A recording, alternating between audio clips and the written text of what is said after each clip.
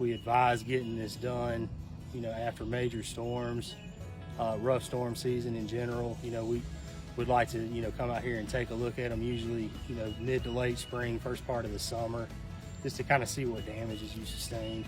Here's a good example of a shingle that is no longer sealing.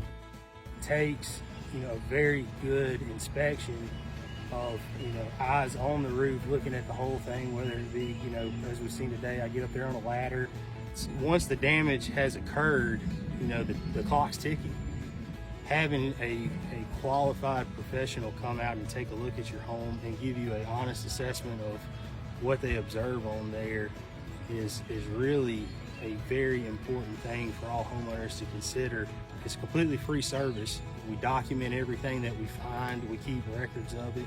We have offices here in Pearl that service all the Tri-County area. We have an office in Gulfport servicing the coast. And just check us out. We'd be glad to help you.